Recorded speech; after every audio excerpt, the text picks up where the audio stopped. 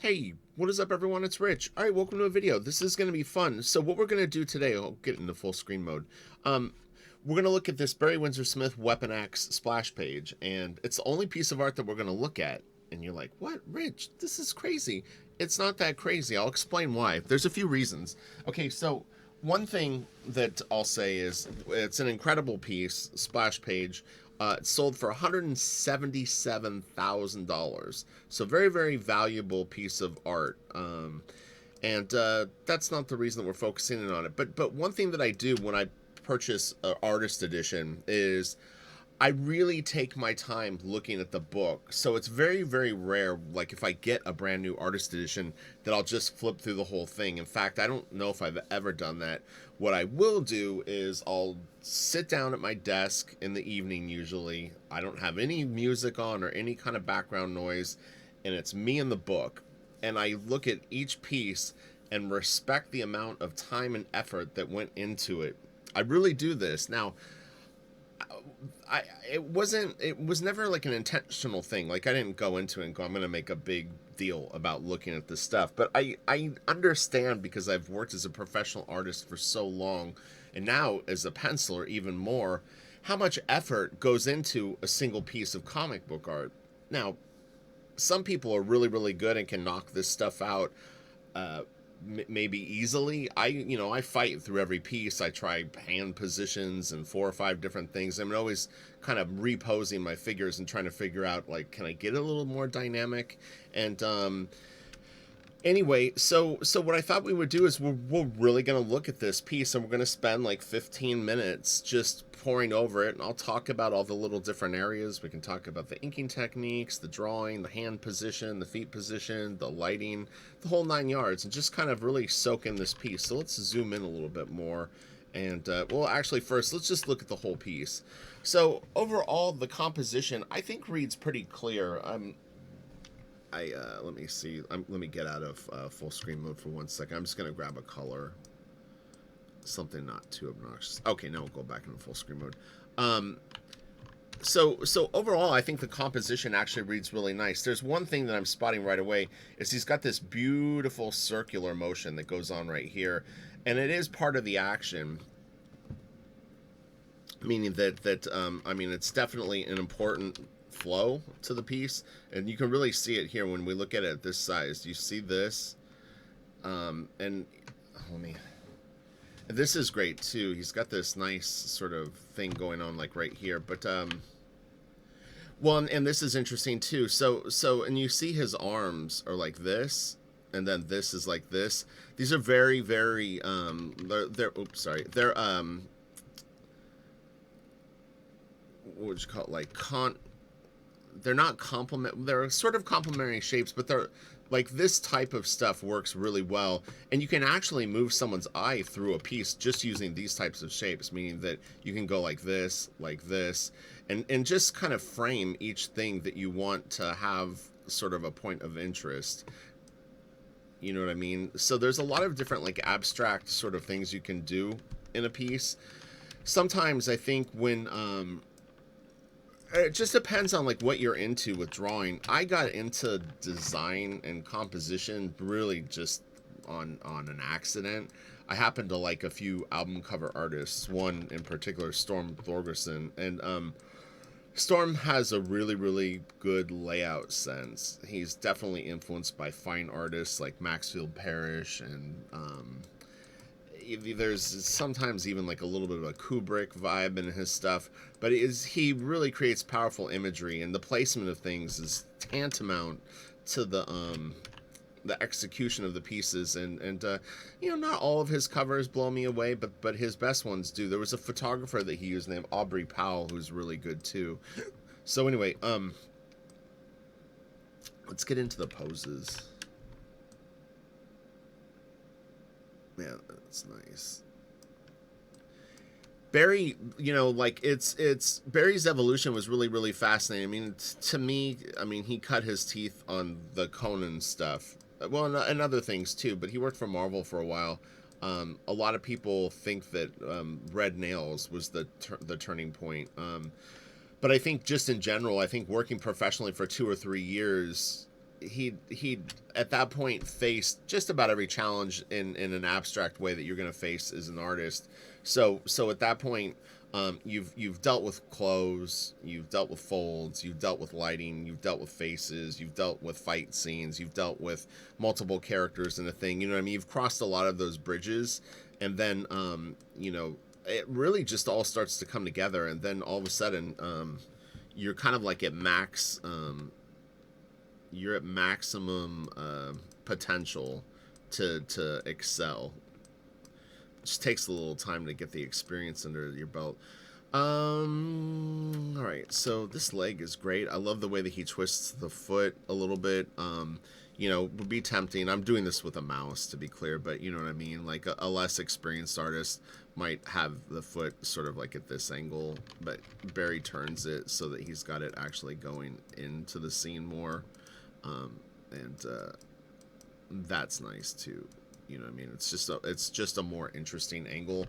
But when you think of stuff with these simple shapes like that, it's a lot easier to pose things. Whoops, sorry, I keep going back too many reverses. Okay, pouch game in effect. He's got some pouches here. They're going in perspective. You can see this one going away from us. Blacks out most of this hand. We've got this hand is blacked out. So the light source is coming from above this guy, although this leg is catching quite a bit of light, so there must be another one from below. There's light coming from this area because he's got it here, but now damn it, when you draw comics, you can use what I call fictional lighting, which is you light to compose, and it's not literal. So as long as it kind of flows through the piece, you'll be okay, because this guy is clearly being lit by something coming this way, because this is like in shadow. But well, it's kind of coming from this way, because this underplane is dark. But this leg, well, he's having to catch some light here. You don't want to overthink it too, because sometimes if you overthink it, then it doesn't look as good. And this is all really wild, all these guys on the ground. I like the fact that he's got this guy spilling out of the scene and you don't even see his head. I think that's a really interesting choice. This guy kind of creeping away from the scene with his little monitor is interesting. Oh, he's got some words. Get back from him. Too late. Dozen body shots, no effect. You can see the bullet shells like on the ground. There's a nice touch. It's really interesting. So I noticed this on someone else's pants, but I like the costume design is very interesting for these guys' uniforms. Like they've got like literally like another material that is like here, but it doesn't seem to be on both arms. I don't really see it here. I see a little bit of it here and a little bit of it creeping around here, but it is interesting because I think the temptation might be that you would run it like right across here, but for whatever reason he didn't.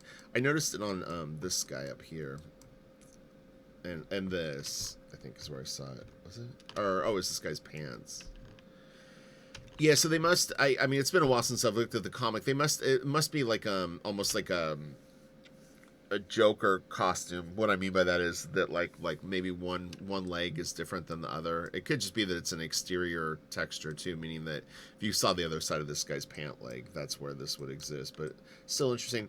The striping on this guy's back is kind of weird. I guess this is blood, but it almost reads like tiger stripes or something like he's got on him.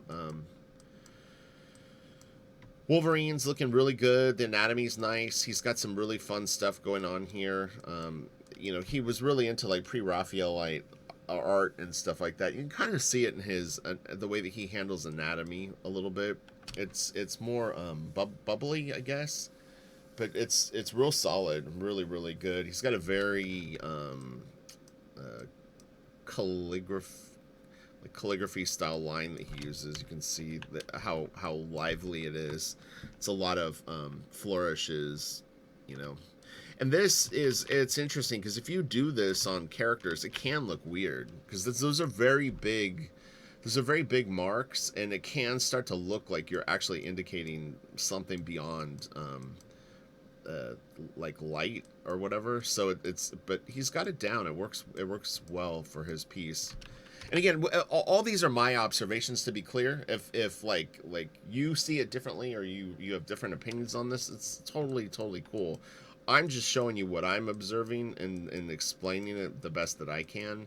It doesn't really matter, even, to be honest, if I am right or wrong, because uh, the art is for you, you know. So,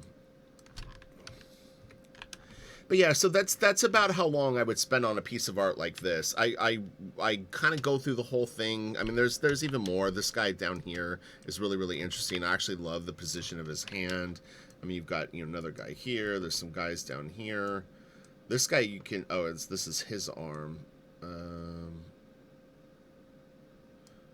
Not sure. Oh, this is a face, I think, right here. So this is a guy's helmet. He actually fit a lot of heads right in this area. It's funny, there's 4 heads right there, because you've got 1, 2, 3, 4. But yeah, so anyway, I wanted to give you a little example of how, like, I'll go through a piece of art in an artist edition book. So I may, in an evening, only really look at like 5 or 6 pieces, but I think that's good. I used to, well, I still probably would. I don't really look at a lot of art books, to be honest, on my own. But I remember years ago, and I caught myself doing this, is I would take like a big, like I have a Society of Illustrators book that's got, I don't even know, it's a big hardcover with a couple hundred pages, all different artists in it. It's usually not a bunch of a single artist, but it's like everything that they were showing maybe that year. I don't even know. But I remember looking through it one time, and I caught myself doing this, and I would just flip the pages so fast, and it was like I really wasn't stopping and looking at anything, but I just wanted to get a sense of what was in the book, and it was weird. But I found myself that I would do that a lot. There were a few pieces in that book that I actually loved. I can't think of the artists off the top of my head, but they're like fine artists, painters. But anyway, but yeah, so you know, if you don't pay close attention to your books, maybe this video will be a little bit of an encouragement that sometimes you might want to spend a little quality time with it. Because look, this probably took Barry 2 or 3 days to draw. You know, it may not have, but I could see like laying this out might have took a day, you know, just tinkering with it and trying stuff, and you kind of let stuff sort of marinate. I'd said when I was working on Crystal Planet, I could lay out thumbnails really quickly. I would say a thumbnail would take me maybe 15 to 20 minutes, and then I would spend another 2 or 3 hours developing it once the thumbnail would be approved.